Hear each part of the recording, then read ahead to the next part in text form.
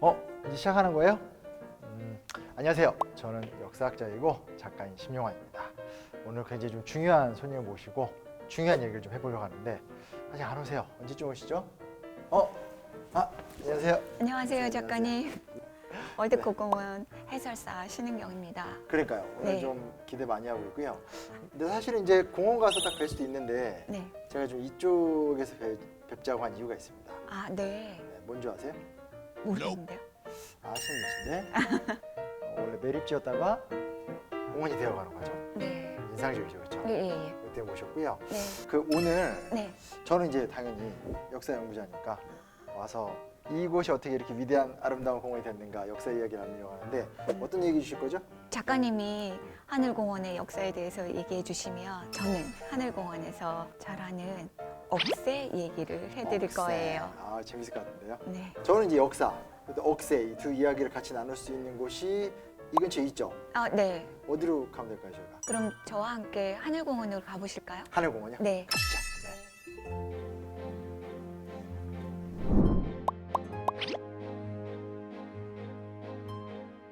난지도는 원래 섬이었다? 맞습니다. 월드컵 공원은 공원 이전에 쓰레기 매립지였다? 맞습니다. 기존에 우리가 생각하던 이미지랑 다른 거죠. 월드컵 공원이 그랬다고? 어라? 하늘공원 이런 모습이 아니었다고? 아, 진짜 좋다. 난지도 하면 사실은 어르신들은 쓰레기 이거 위주로 생각 많이 하시고 젊은 친구들은 사실 난지도 하면 특별한 이미지는 없는 것 같아요. 그냥 뭐 거기 월드컵 그 공원 뭐 좋아요 뭐 이런 정도의 이미지인데 여튼 이제 사실 난지도는 원래는 섬이었죠. 난지도니까 난초와 지초가 많이 자라는 섬이다. 뭐 이런 걸로 좀 유명했고 이중환의 택리지라든지 김종호의 기록 같은 것들을 살펴보게 되면 굉장히 이곳의 풍광이 좋다. 근데 실제로는 뭐 마포나루 일대 그리고 마포 일대가 풍광이 좋았던 건 유명하거든요.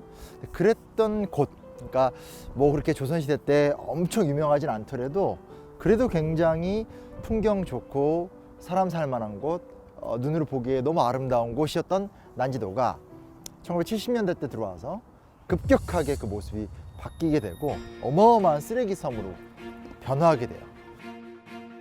이게 실제로 1970년대, 80년대로 들어오면서 우리가 다 잘 알고 있다시피 대한민국 경제가 급성장하잖아요.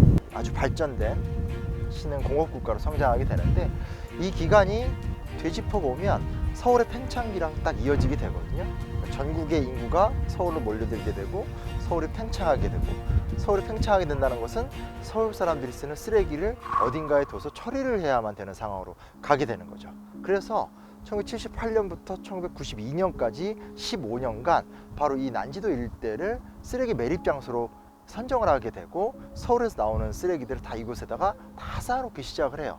어마어마한 양이었고 실제로 이게 수치적으로 잘 감은 안 오지만 약 15년간의 기간 동안에 9,200만 톤, 약 1억 톤의 양인데 1억 톤이라고 해도 거의 느낌이 안 오잖아요. 근데 어느 정도냐면 100m 정도 되는 산이 크게 두 개가 만들어졌다라고 해요.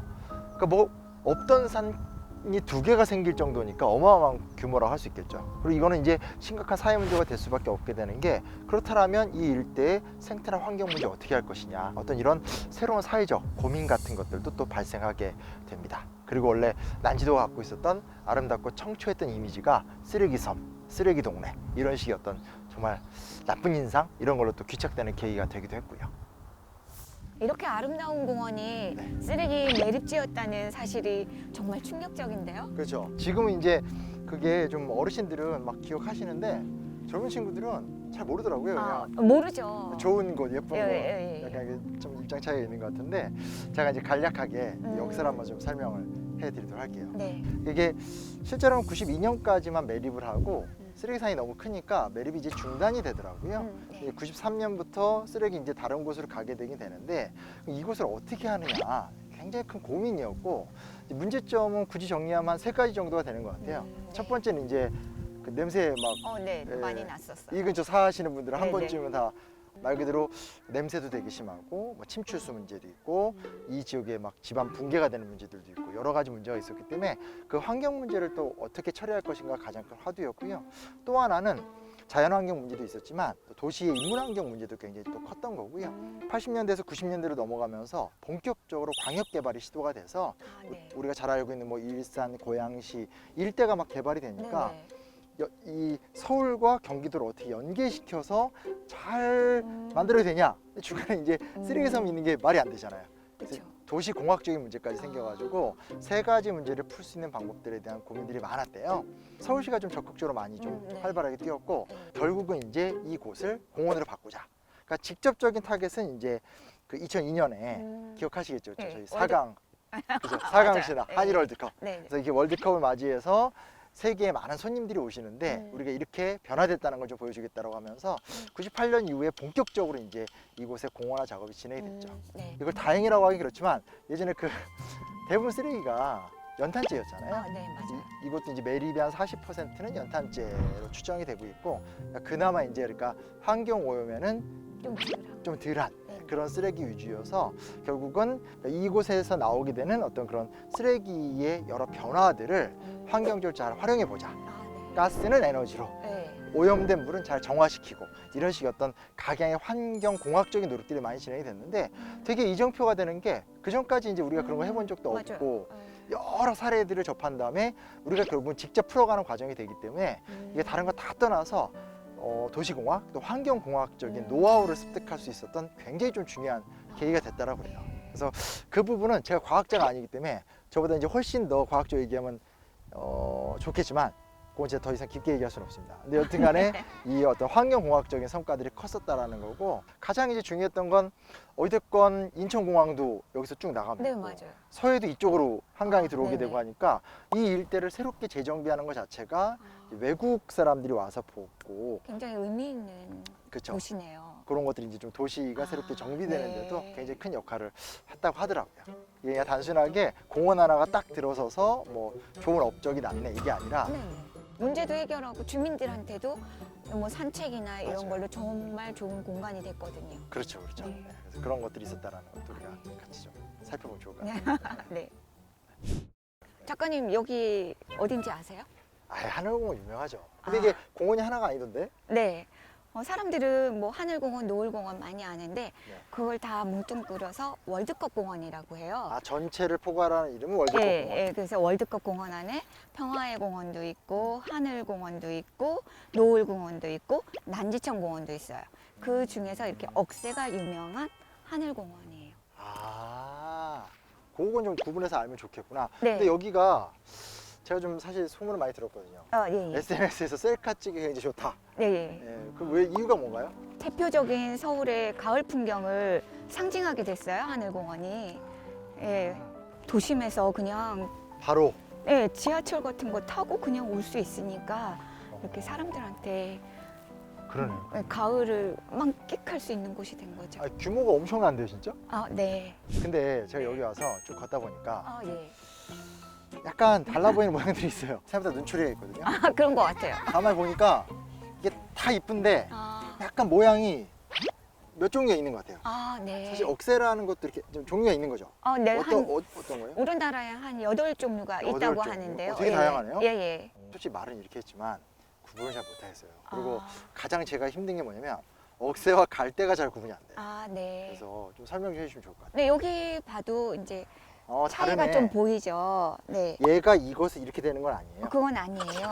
예, 종류가 다른 거고요. 얘는 물억새라고. 물억새. 예, 약간 좀 새처럼 해 보이고 굉장히 정갈해 보여요. 특별히 물에서만 사는 건 아니고. 물을 좋아하기는 하지만 좋아하긴 하지만. 어디에서나 잘 자라요. 예. 근데 얘는 이게 저는 이제 약간 얘가 익으면 이렇게 되는 줄 알았더니 그게 아니고 얘는 이름이 뭐예요? 예, 얘는 참억새인데, 네. 그러니까 참억새와 물억새의 구별 포인트가 이렇게 옆에 삐죽삐죽 나온 까락이 있고 없고, 까락? 예, 아. 를 얘기하는 거예요. 그래서 아. 이렇게 노란색의 씨앗 껍질 같은 네네. 이런 까락이 있는 거는 참억새고요. 이렇게 그렇게 없이 부드러운 애들은 물억새예요. 예, 그래서 하늘공원에는 참억새, 물억새 다 이렇게 어우러져 같이 자라고 있어요. 근데 보니까 네. 쟤는 또 모양이 좀 다른 것 같아요. 아, 저- 쟤는 좀 많이 이 억새랑 많이 틀리죠. 그렇죠. 이게 펼쳐진 거는 그런데 모양이 좀 달라요. 저거 억새가 아닌 거예요, 저거? 네, 저거는 갈대예요. 저거. 그러니까 일반인들은 갈대랑 억새도 헛갈려요. 혼동해요. 네, 그래서 갈대는 저렇게 보는 것처럼 어. 키가 한 2m, 3m 정도 되고 아, 일단 더 크구나. 예, 예. 아. 억새는 네. 이렇게 한 1m, 2m 정도 돼요. 근데 구분하는 방법이 있나요? 아, 예. 억새는 네. 이렇게 잎을 보면요. 이렇게 중간에 하얀 줄 보이시죠? 네. 이거를 전문 용어로는 중늑이라고 하는데 중늑? 예. 그래서 억새는 이렇게 중늑이 있고 갈대는 중늑이 없어요. 그래서 억새 같은 경우에는 옛날에 벼농사를 안 짓는 산촌 같은 데서는 그렇죠. 초가지붕 대신 이 억새를 엮어서 아. 지붕을 했어요. 그래서 제주도의 요거. 지붕이 이렇게 억새로 엮은 지붕이고요. 그 약간 색깔이 허옇잖아요. 예, 예, 예. 아, 이게 억새구나. 예, 그리고 갈대는 저렇게 키가 크니까 어. 잘라다가 발을 만들었어요.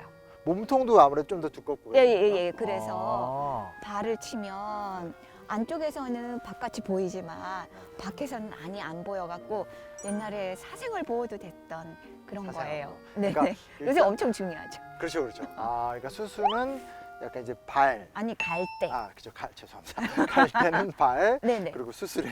그리고 이제 억새. 억새는 이제 특히 제주도 같은데 지붕에. 예, 예. 그럼 원래 이 억새는 좀 제주도에 많은 건가요? 주로? 네. 그럼 여기도 이제 제주도에서 온 것도 있고. 네 있어요. 그렇구나. 예, 그래서 제주도에서 네. 억새와 함께 뭔가 억새에 기생하는 네. 애가 따라왔어요. 잠깐만. 그러니까 일종의 뭐를 이렇게 수입해 오면 원치 않는 외래종 환경 파괴 원 식물. 플러스 원처럼 따라왔어요. 그러면 이제 여긴 없고 딴 데 있나요? 네, 다른 데 아, 있어요. 그럼 그쪽으로 가보시죠. 아, 그럴까요? 억새 말고 네. 뭐 같이 따라온 거 그게 뭐예요? 그거 야고라는 억새에 기생하는 식물인데요. 네네. 여기 잠깐 보니까 그 흔적이 있어요. 어디요? 이렇게 생겼어요. 얘는 9월 중순쯤에 이렇게 가지 끝에 담뱃대 모양의 연자주색 꽃을 피워요. 근데 이게 아무데나 자라는 게 아니라 네. 제주도 억새에 기생하는 거예요. 아. 그래서 사실 이거를 제주도에 가서나 볼 수 있었던 걸 지금은 여기 하늘공원에서 볼 수 있게 된 거예요. 원래 제주도의 의지는 억새만 보내주는 거였는데 네, 제주도 특산 어떤 그 기생식물 이름이 뭐라고요? 야고. 야고가 따라와서 네네. 이곳에 피게 된 네네, 거구나. 네. 그러니까 지금 이제 철이 지나서 네네. 일단 그 꽃은 지고 이제- 다음에 다시 피기 위해서 지금 씨앗을 맺었어요. 씨앗을 맺은 거예요. 네, 예. 근데 이게 좀 얘기를 듣다 보니까 너무 흥미로운데 네. 사실 좀 근원적인 질문이 들어요. 그러니까 되게 어찌됐건 새롭게 이제 공원을 조성하는데 네. 왜 억새였을까? 아, 왜 억새가 선택이 된 걸까? 그 특별한 이유가 있는 거예요? 네. 여기가 매립지라는 그 억센 땅에도 잘 자라는 억새를 심었고요. 또 이 억새는 이렇게 잎에 탄소 저장을 많이 해요. 아, 입에. 예, 예, 예. 그래서 오염된 환경에서도 잘 자랄 수 있고 그래서 억새를 조성했더니 이렇게 아름다운 공간이 됐던 거죠. 아, 그러니까 결국 이제 이 매립지라는 특수성에 가장 어울리는 네, 아마 선택을. 선택이라고 할 수 있는 거구나. 아, 네. 그러니까 이제 진짜 말 그대로 억새네요. 네, 네.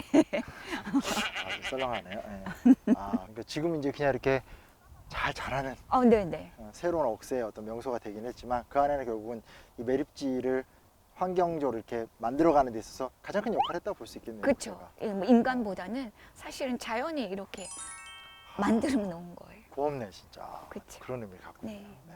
공원이 너무 좋아서 네, 네. 한번 좀 둘러보면서 얘기 좀 더 나눌까요, 선생님? 네. 좋죠. 네.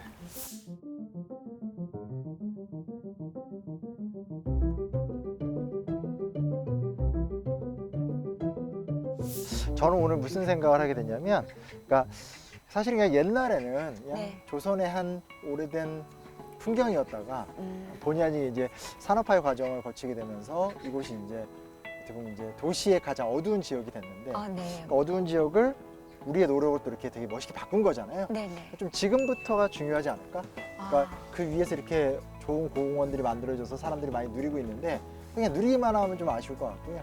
요 기틀 위에서 더 친환경적이고 더 자연과 좀 호흡하면서 새로운 이야기들을 만들어가면 나중에 이제 한 100년 지나고 나면 이곳이 난지도 얘기, 쓰레기 매립장 얘기보다는 이곳이 진짜 아주 그 친환경적이고 생태적인 공간으로 중요한 공간으로 역할을 많이 했대.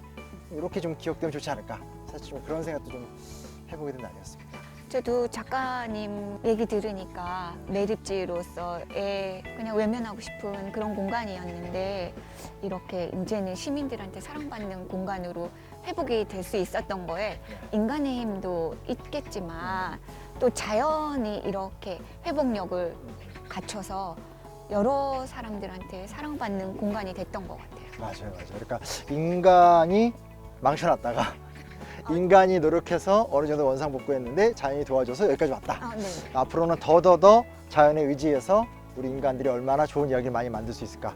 그게 과제일 것 같다는 생각을 저도 해보게 되고요. 저도 네. 앞으로도 더 많은 관심 갖고 네네. 이 억새 공원의 역사 더 관심 가지보도록 노력하겠습니다. 오늘 되게 수고 많으셨습니다. 저도 참 좋은 시간이었던 것 같아요. 네, 감사합니다. 네, 고맙습니다.